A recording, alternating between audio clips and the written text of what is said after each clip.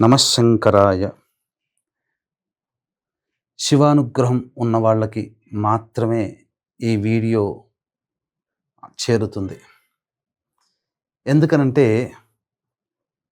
100 మహాశివరాత్రుల్లో శివుణ్ణి పూజిస్తే ఎంత పుణ్య ఫలితం మనకు కలుగుతుందో ఇప్పుడు చెప్పుకోబోయే రోజు, ఒక్క రోజున శివుణ్ణి పూజిస్తే అంత ప్రభావవంతమైనటువంటి పుణ్య ఫలితం కలుగుతుంది. ఇప్పుడు మనం మిస్ అయ్యామా అనగా ఈ జూలై నెలలో వచ్చే రోజున మిస్ అయ్యామా 2053లో వస్తుంది, లేదా 2070లో వస్తుంది. 225 సంవత్సరాల మధ్యకాలంలో కేవలం 9 సార్లు మాత్రమే వచ్చింది అనంటే ఎంత మహిమాన్వితమైన రోజో చెప్పక్కర్లేదు. అదే మహాశైవాఖ్య యోగము. 13 జూలై ఏర్పడుతుంది.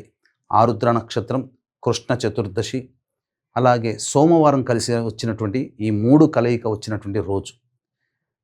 ఈ రోజున ప్రధానంగా గురువు కర్కాటక రాశిలో సంచారం చేస్తున్నాడు కాబట్టి మేష, వృషభ, కర్కాటక, సింహ, అలాగే ధనుస్సు, కుంభరాశుల్లో జన్మించినటువంటి వారికి ఈ యొక్క గురుదోష ప్రభావం అనుకున్న పనులు ముందుకు సాగవు. ప్రతి పనులలో ఆటంకాలు ఉంటాయి. ముఖ్యంగా వివాహాలు కావు, ధన ప్రాప్తి కలగదు, రుణబాధలు ఎక్కువవుతాయి. ఒకటా రెండా, ముఖ్యంగా అధికారులు పెద్దల యొక్క ఆగ్రహానికి గురవుతాం, ఉద్యోగ సమస్యలు ఏర్పడతాయి. కాబట్టి ఈ దోష నివృత్తికి మీరేం చెయ్యాలో నేను తెలియచేస్తాను.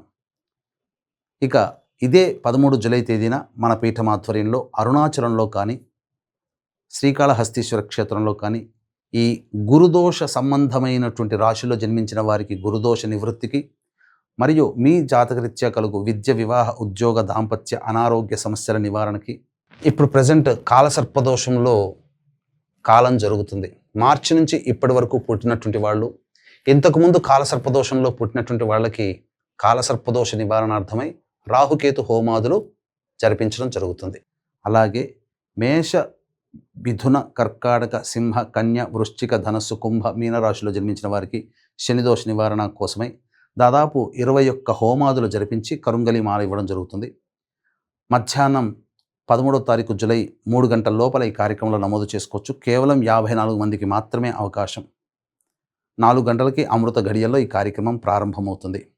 ఇక ఈ గురుదోష నివృత్తికి మీరు చేసుకోదలిచినటువంటిది, ఆ రోజున నవగ్రహాల చుట్టూ శివాయ నమః అంటూ 27 ప్రదక్షిణలు చేసి నానబెట్టిన శనగల మాల గురుగ్రహానికి నవగ్రహాల్లో వేసి పసుపు రంగు పుష్పాలతో అర్చన జరిపించి శనగపిండితో చేసినటువంటి లడ్డూలు ఒక 5 లడ్డూలు నైవేద్యంగా పెట్టండి. తదనంతరం శివాలయంలో శనగపిండి కలిపినటువంటి నీటితో ఈశ్వరుడికి అభిషేకము జరిపించి, అలాగే తదనంతరం గంజి వార్చినటువంటి అన్నము, చల్లార్చినటువంటి అన్నం ముద్దగా ఉండకూడదు, ఆ అన్నముతో ఈశ్వరునికి అభిషేకం జరిపించి, తదనంతరం ఈ యొక్క చామంతి పుష్పాలతో, పసుపు రంగు చామంతి పుష్పాలతో అర్చన చేయించండి. తప్పకుండా ఈ చెప్పినటువంటి రాశిలో జన్మించిన వారికి గురుదోష నివారణ జరిగి తీరుతుంది.